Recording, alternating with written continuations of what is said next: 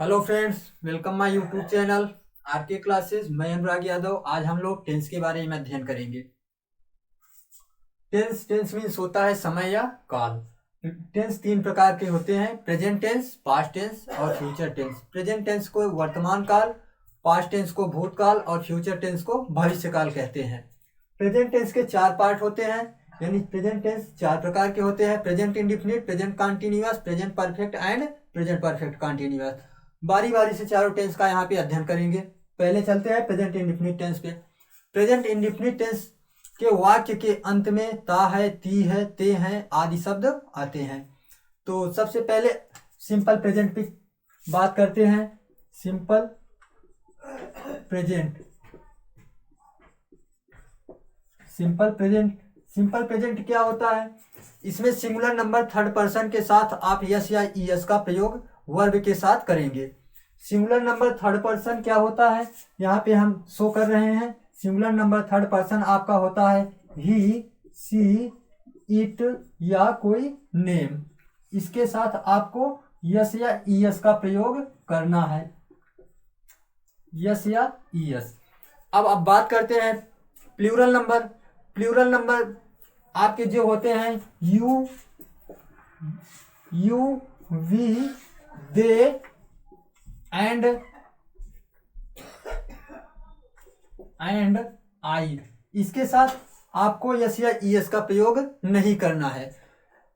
आपका फार्मूला यहाँ पे हम शो कर रहे हैं। सब्जेक्ट वर्ब, वर्ब में यस या ईएस, और आपका होगा ऑब्जेक्ट अदर।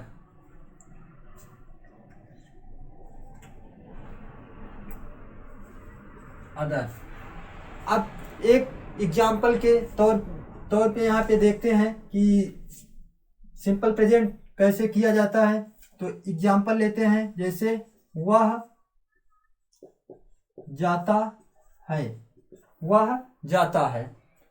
तो यहाँ पे आपका जो सब्जेक्ट होगा, सब्जेक्ट आपका ही है, और यहाँ पे गो मीन्स जाना होता है, जो आपका वर्ब है। इसके साथ हमको यस या ईएस का प्रयोग करना है। यहाँ पे हम आपको शो किए हैं, इसके साथ आपको यस या ईएस का प्रयोग करना है। तो यहाँ पे ही गोज। एक एग्जाम्पल और, जैसे वे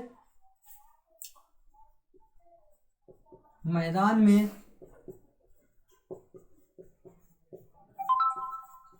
खेलते हैं, वे मैदान में खेलते हैं। अब देखिए जो आपका वे है, वे आपका प्लूरल नंबर होता है। प्लूरल जब होगा तो उसके साथ हमको यस या ईएस का प्रयोग नहीं करना है। तो यहाँ पे they play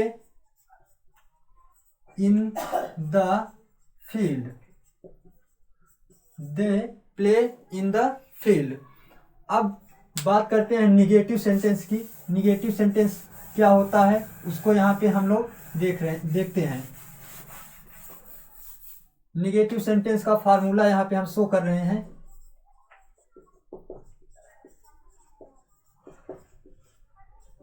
negative sentence means होता है नकारात्मक वाक्य, नकारात्मक वाक्य। अब यहाँ पे आपका जो फार्मूला होता है वो होता है subject do, does plus not and verb, और आपका होता है ऑब्जेक्ट अदर। अब जो आप वर्ब में यस या ईएस का प्रयोग करते थे, यहाँ पे निगेटिव में यस या ईएस का प्रयोग नहीं करेंगे, बल्कि डू या डज का प्रयोग करेंगे नॉट के साथ। अब यहाँ पे सब्जेक्ट के अनुसार हमको क्या करना है, डू डज का प्रयोग करना है। तो सब्जेक्ट हम एक एग्जाम्पल यहाँ पे शो कर रहे हैं, जैसे वह कॉपी पर नहीं लिखता है, वह कॉपी पर नहीं लिखता है।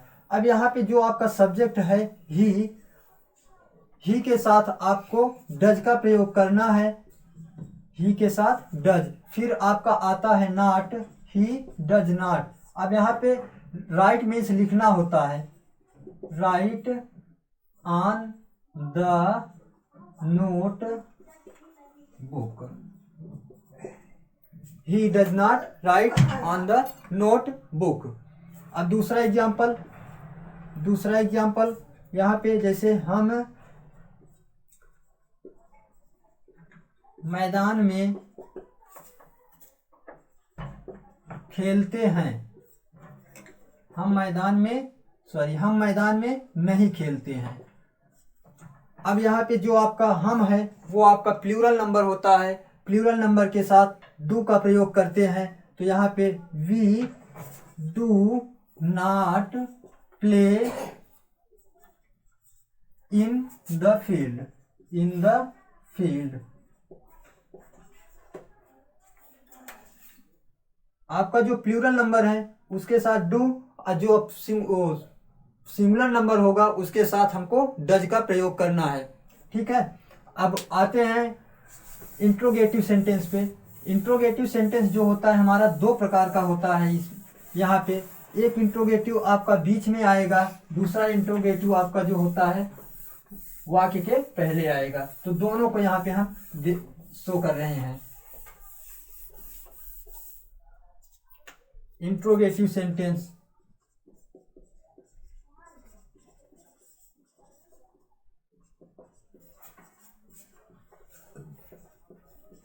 इंट्रोगेटिव सेंटेंस हिंदी में प्रश्नवाचक वाक्य कहा जाता है।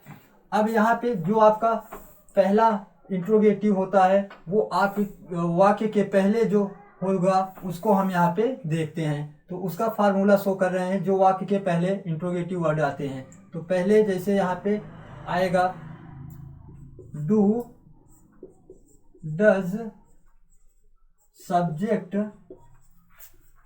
वर्ब और आपका ऑब्जेक्ट और अदर।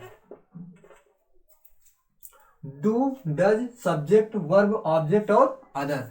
अब यहाँ पे जो आपका डू डज होता है वही आपका इंट्रोगेटिव वर्ड होगा। जैसे एग्जाम्पल के तौर पे देखते हैं यहाँ पे हम, क्या सीता स्कूल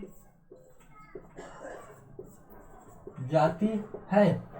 क्या सीता स्कूल जाती है? अब यहाँ पे हमको डू डज सब्जेक्ट के अनुसार प्रयोग करना है। तो यहाँ पे सीता है, सीता जब है तो यहाँ पे हमको सीता सिंगुलर है तो सिंगुलर के साथ हम क्या करेंगे, डज का प्रयोग करेंगे। डज सीता अब कहाँ जाती है, गो टू स्कूल। एक एग्जाम्पल और, जैसे क्या तुम मैदान में दौड़ते हो? क्या तुम मैदान में दौड़ते हो? अब यहाँ पे जो तुम है आपका ये प्लूरल नंबर होता है तो इसके साथ हमको डू का प्रयोग करना है जो कि हेल्पिंग वर्ब है। तो यहाँ पे do you run in the field. अब जो हमारा वाक्य के बीच में इंट्रोगेटिव वर्ड आता है उसको यहाँ पे हम देखते हैं। तो उसके लिए क्या करेंगे, उसके लिए फार्मूला यहाँ पे जो होगा आपका वो होता है क्वेश्चन वर्ड, फिर आपका जो होगा डू, फिर डज, डू और डज। यानी जो जैसे आपका था वैसे रहेगा सेम, बस आपको कुछ नहीं करना है। जो आपका क्वेश्चन वर्ड होगा उसकी अंग्रेजी को हम क्या करेंगे, सबसे पहले लिखेंगे। तो यहाँ पे एग्जाम्पल से देखते हैं, जैसे राम किताब क्यों पढ़ता है? राम किताब क्यों पढ़ता है? अब जो आपका क्यों है यही इंट्रोगेटिव वर्ड है, इसकी अंग्रेजी को हम क्या करेंगे, सबसे पहले लिखेंगे। तो यहाँ पे वाई, अब राम के अनुसार यहाँ पे डज का प्रयोग होगा। Why does Ram read a book. दूसरा एग्जाम्पल, वे सड़क पर क्यों दौड़ते हैं। अब यहाँ पे फिर देखिए, ये जो आपका क्यों है इसकी अंग्रेजी को हम पहले शो किए, और यहाँ पे जो दे है आपका प्लूरल नंबर होता है, इसके साथ हमको डू का प्रयोग करना है। तो यहाँ पे वाई डू, फिर दे, अब यहाँ पे रन जो कि आपका वर्ब होता है, ऑन द रोड। आपका इंट्रोगेटिव सेंटेंस हो गया। अब इंट्रोगेटिव निगेटिव के बारे में यहाँ पे देखते हैं। इंट्रोगेटिव निगेटिव ही आपका दो तरीके से होता है। यहाँ पे फार्मूले को हम शो कर रहे हैं, इंट्रोगेटिव निगेटिव।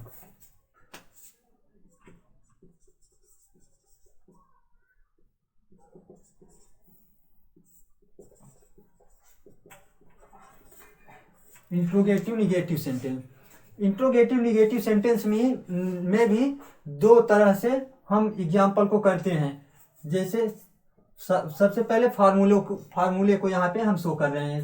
तो यहाँ पे आपका होगा डू, डज, सब्जेक्ट, नॉट, फिर आपका होता है वर्ब, फिर आपका होता है ऑब्जेक्ट, फिर होगा आपका अदर। अब एग्जाम्पल से एग्जाम्पल से यहाँ पे हम देखते हैं। तो पहले यहाँ पे चलते हैं। जैसे क्या वह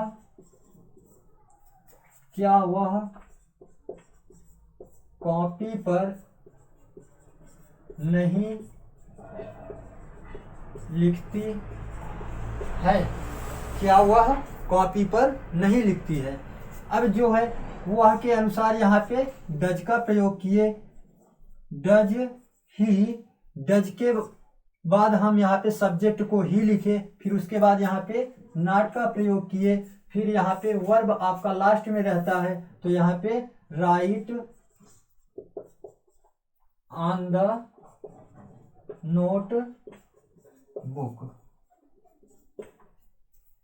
एक एग्जाम्पल और, क्या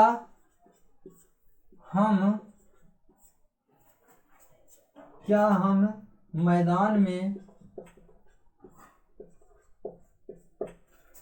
नहीं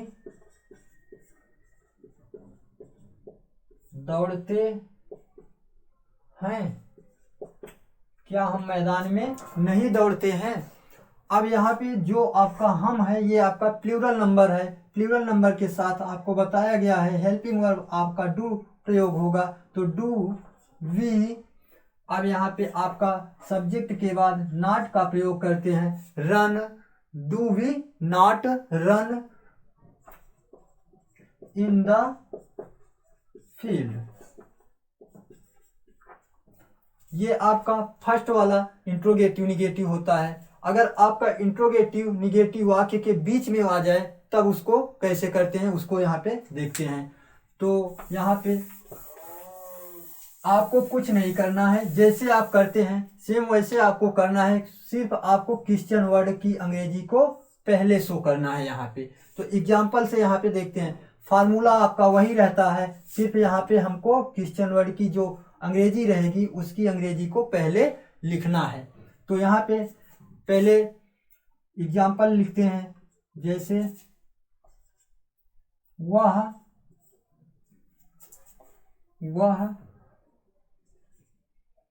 किताब क्यों नहीं पढ़ता है। वह किताब क्यों नहीं पढ़ता है। आपका जो क्वेश्चन वर्ड है उसकी अंग्रेजी को सबसे पहले यहाँ पे लिखना है। तो आपका जो क्यों यहाँ पे लिखा गया है, यहाँ पे क्यों की अंग्रेजी को हम पहले शो कर दिए। वाई, अब क्या है डू या डज का प्रयोग करना है। डू या डज का प्रयोग आपको बताया गया है कि सब्जेक्ट के अनुसार। तो यहाँ पे वाई डज डज ही, अब सब्जेक्ट के बाद नॉट रीड ए बुक। दूसरा एग्जाम्पल यहाँ पे देखते हैं, जैसे हम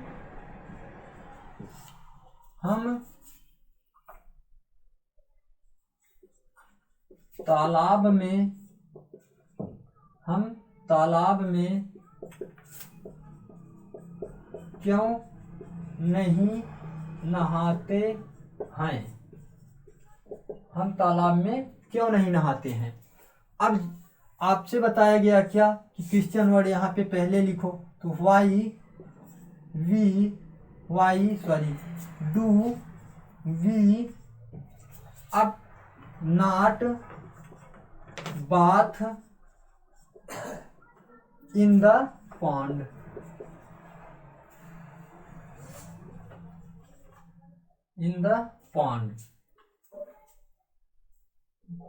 Y do we not bath in the pond.